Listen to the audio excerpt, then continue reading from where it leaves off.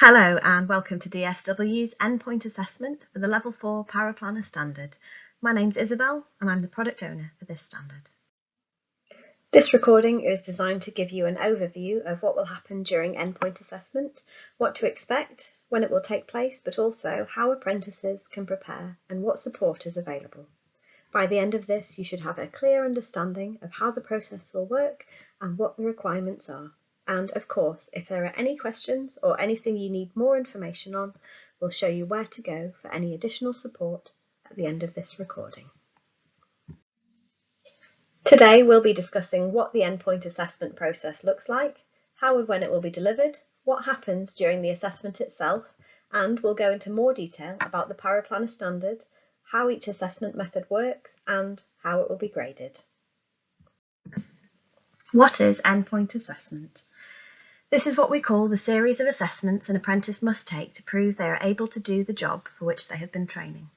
These take place once the on-programme period is complete and the apprentice is deemed ready for endpoint assessment.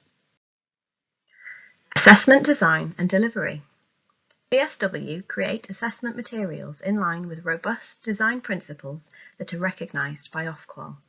These principles are validity, reliability and comparability, manageability and minimising bias. This means you can be assured that our assessments are appropriate for the standard, that everyone will get the same experience, and the assessments will be consistent and fair, and that everyone will have a chance to succeed. When does endpoint assessment happen? Endpoint assessment begins when the on-programme phase has been completed, required functional skills have been achieved, any required professional qualifications have been achieved, and the employer and apprenticeship training provider agree that the apprentice is competent. This next stage is called gateway and is when the apprentice begins preparing for the endpoint assessment process. What happens during endpoint assessment? The apprentice completes the assessments detailed in the assessment plan. There is still an expectation that the apprenticeship training provider will support the apprentices throughout the endpoint assessment period. This is to ensure that they're familiar with what is to come, and so mock exams can be completed with them. In order to pass and be deemed competent, the apprentice must pass all of the assessments. This typically happens over a 3-month period from the point they are approved for gateway. Here we have an overview of the assessment methods used for the Paraplanner standard. It's made up of 2 components. The first is a portfolio of evidence, which is focused on the knowledge, skills and behaviours specific to this standard. And the second is a 60-minute reflective discussion, which is made up of 16 questions, and this takes place between the apprentice and the endpoint assessor. The portfolio of evidence.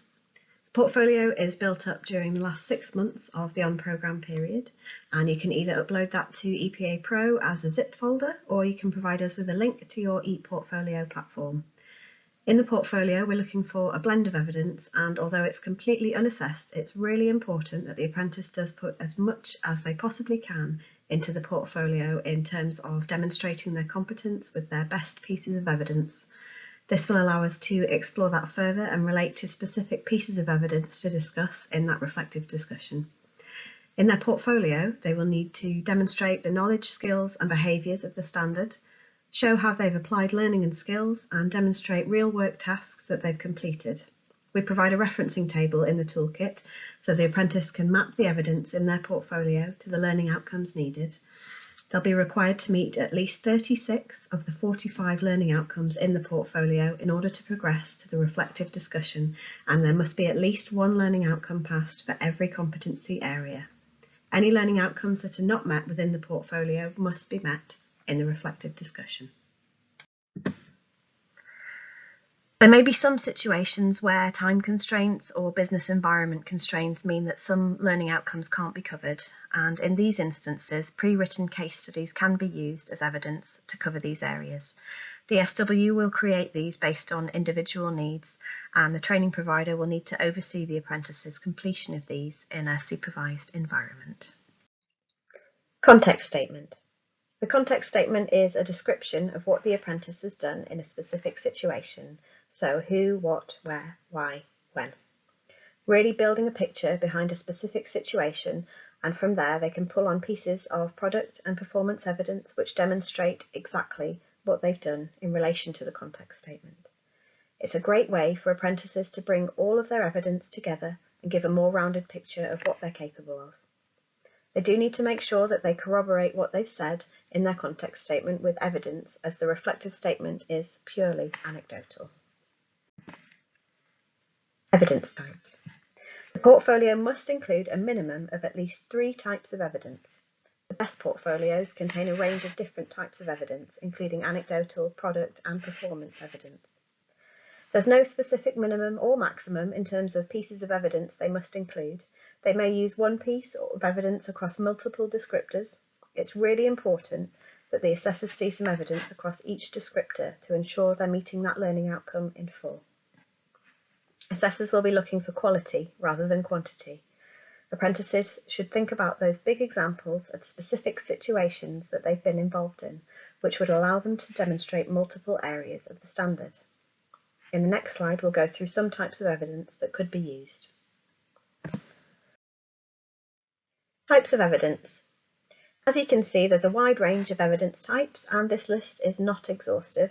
We do ask that videos and recordings are a maximum of 2 hours within the portfolio, and they would need to be time-stamped against the specific criteria. So if you have an hour's recording but the apprentice only wants to use 10 minutes to demonstrate one of the descriptors, then they just need to timestamp to say exactly where on that recording we'll be using for the assessment, and that's to be recorded in the referencing table. The reflective discussion. This is a structured discussion between the apprentice and the endpoint assessor. This will last for 60 minutes and will consist of 16 specific questions which map to the pass and distinction descriptors. It's really important that the apprentice comes prepared. They can use notes if they want to relate to any specific pieces of evidence that they have in their portfolio. Not necessarily having their portfolio to hand, because they will spend quite a bit of time either flicking or clicking through the portfolio, but if they prepare a page of notes they want to refer to, that can be really useful. The assessor will also use the evidence in the portfolio to refer to through their questions to make it more relevant to the apprentice. We do recommend that the apprentice does some mock interviews just to prepare them for how the discussion might go. The discussion will be used to clarify any questions that the assessor has around the portfolio, cover off any learning outcomes not evidenced in the portfolio, and discuss their role.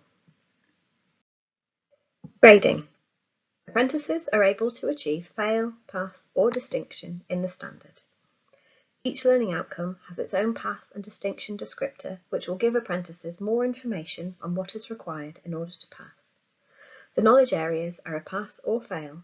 There is no opportunity for distinction with those. The individual assessment methods are not graded, so in order to pass, the apprentice must provide evidence of meeting the pass criteria for all learning outcomes between the 2 assessment methods. In addition to meeting all of the pass criteria, to achieve a distinction, an apprentice would need to evidence at least 2 distinction criteria in each of the 5 skills and behaviour areas of the standard. Thank you for watching. We hope this has been helpful. As always, we are happy to help if you need any more information, so please do get in touch. You can email us at info@dswapprenticeships.co.uk or give us a call on 01302 760 008. Thank you.